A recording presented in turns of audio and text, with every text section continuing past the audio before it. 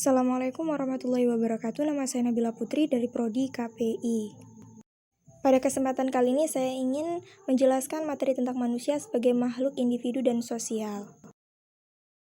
Manusia adalah makhluk yang unik. Pada diri manusia melekat unsur-unsur berikut ini, yaitu yang pertama adalah manusia memiliki terdiri dari dua unsur, yaitu penyusun yaitu jiwa dan raga. Kedua, manusia memiliki dua peran sekaligus, yaitu manusia sebagai makhluk hidup dan manusia sebagai makhluk sosial. Tiga, manusia memiliki dua kodrat, yaitu manusia yang berdiri sendiri di suatu sisi, serta manusia sebagai hamba atau makhluk Tuhan.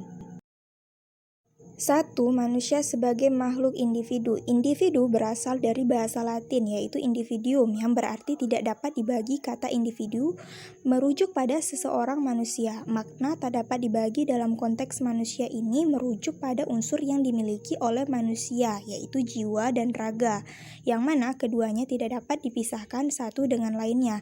Keduanya memiliki fungsi yang saling mendukung dan tidak akan saling tumpah tindih karena keduanya memiliki peran masing-masing.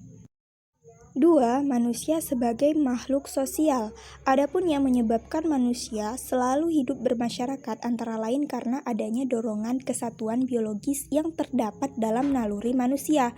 Misalnya, A. Hasrat untuk memenuhi keperluan makanan dan minuman. B. Hasrat untuk membela diri. C. Hasrat untuk mengadakan keturunan. Dan dapat disimpulkan bahwasanya manusia sebagai makhluk sosial adalah manusia yang senantiasa hidup dengan manusia lainnya atau hidup bermasyarakat, namun tidak mampu mewujudkan potensi atau kebutuhan dirinya seorang diri. Manusia membutuhkan manusia lainnya untuk mencukupi kebutuhannya. Manusia sebagai makhluk individu dan sosial. A. Hakikat manusia sebagai makhluk individu dan makhluk sosial. Manusia sebagai makhluk individu berperan untuk mewujudkan hal-hal tersebut, maka manusia akan terus berupaya untuk menjaga dan mempertahankan harkat dan martabat dirinya. B. Berusaha mencukupi hak-hak dasarnya sebagai manusia. C. Berusaha mewujudkan potensi diri baik potensi jasmani maupun rohani. D. Memenuhi kebutuhan dan kepentingan pribadi demi kesejahteraan hidup. Berdasarkan perjabaran pada 4 poin di atas, maka manusia akan berusaha untuk mewujudkan hal-hal tersebut dan diperlukan sifat individualitas agar kebutuhan tersebut dapat tercapai. 2. Peran manusia sebagai makhluk sosial.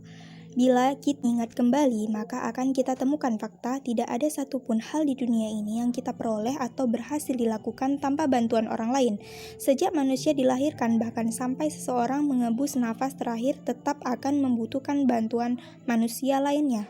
Seperti halnya kegiatan yang kita lakukan sehari-hari seperti makan, bekerja, bergaul, dan lain sebagainya. C. Dinamika interaksi sosial.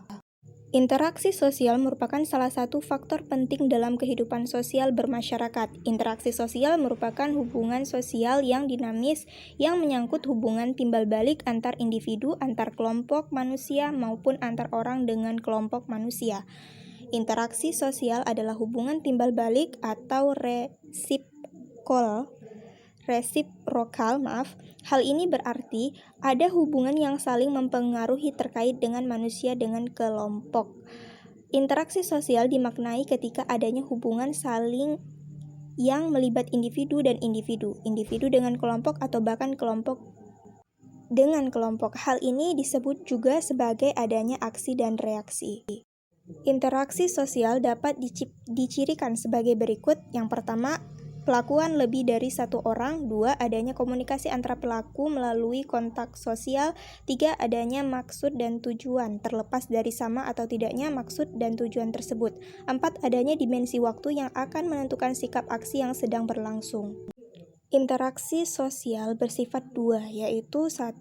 Kontak primer merupakan kontak langsung seperti berjabat tangan, berbicara, saling memeluk, tersenyum, dan lain sebagainya. 2. Kontak sekunder berupa kontak yang terjadi dengan bantuan perantara seperti berbicara melalui telepon, berkomunikasi melalui media sosial, dan lain sebagainya. Interaksi sosial dapat terjadi atas berbagai faktor, yaitu yang pertama, Imitasi adalah proses atau tindakan seseorang untuk meniru orang lain, baik sikap, perbuatan, penampilan, dan gaya hidup. 2. Sugesti adalah rangsang pengaruh yang diberikan individu kepada individu lain sehingga orang yang diberi sugesti itu melaksanakan apa yang disugestikan tanpa sikap kritis dan rasional. 3. Identifikasi adalah upaya yang dilakukan individu untuk menjadi identik dengan individu yang ditirunya. 4. Simpati adalah proses kejiwaan seseorang individu yang merasa tertarik dengan individu atau kelompok karena sikap, penampilan, atau perbuatan. 5.